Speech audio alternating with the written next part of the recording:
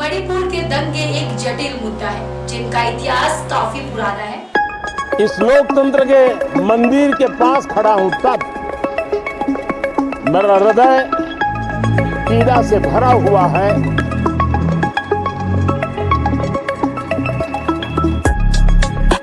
मणिपुर में आग लगी हुई है।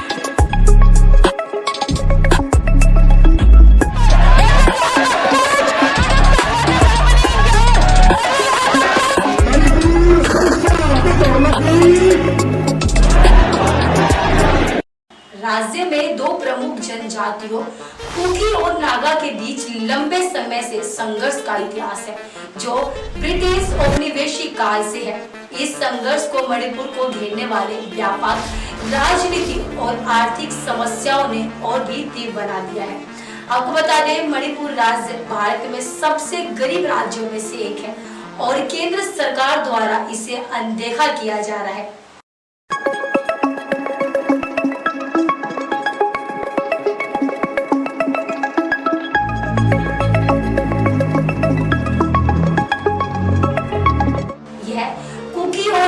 जनजातियों में कड़ी द्वेष पैदा कर चुका है, जो महसूस करते हैं कि उन्हें संसाधनों का उचित हिस्सा नहीं मिल रहा है।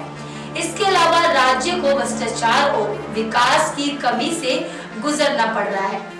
मणिपुर में हिंसा का प्रारंभ मई 2023 में हुआ था, जब कुकी और नागा जनजातियों के सदस्य में मुख्य मैतेई समुदाय को लाभ को बढ़ाने के खिलाफ विरोध आरंभ किया। विरोध जल्दी हिंसक बन गया और दो समुदाय के बीच झड़पें तब से हो रही है। जी हाँ, सरकार ने राज्यों में व्यवस्था बहाल करने के लिए सैन्य को भी तैनात किया है, लेकिन हिंसा अभी भी जारी है। संयुक्त राष्ट्र ने हिंसा को समाप्त करने के लिए आह्वान किया है कि भारतीय सरकार ने वादा भी किया है कि इस मामले की जांच की जाएगी। मणिपुर में हिंसा की भावना राज्य पर भारी पड़ी है। सैकड़ों लोगों की मौत हो चुकी है, हजारों को घर छोड़ना पड़ा है और अर्थव्यवस्था को नुकसान हुआ है। हिंसा ने मणिपुर में अलग अलग समुदायों में गहरा भय और अविश्वास पैदा किया है। आपको बता दें कि मणिपुर में हिंसा का समापन करने का एकमात्र तरीका है कि सरकार और राज्य के लोग एक साथ काम करें और एक शांतिपूर्ण समाधान खोजें। इसके लिए काफी मेहनत और सहयोग की आवश्यकता है, लेकिन यह राज्य के आगे बढ़ने के लिए जरूरी है। मणिपुर के लिए हिंसा को समाप्त करने के लिए कई चुनौतियां हैं। इसमें शामिल है सबसे पहले कुकी और नागा और मैतेई समुदाय के बीच गहरी विभाजन। जी हाँ, समुदाय के बीच विश्वास की कमी है।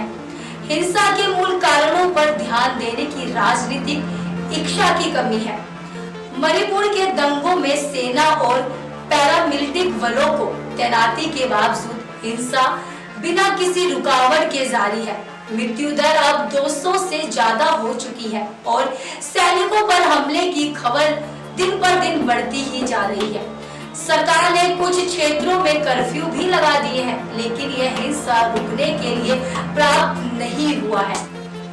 मैतेई और जनजाति समुदायों के बीच दशा विषारी तनाव का समाधान नहीं किया गया।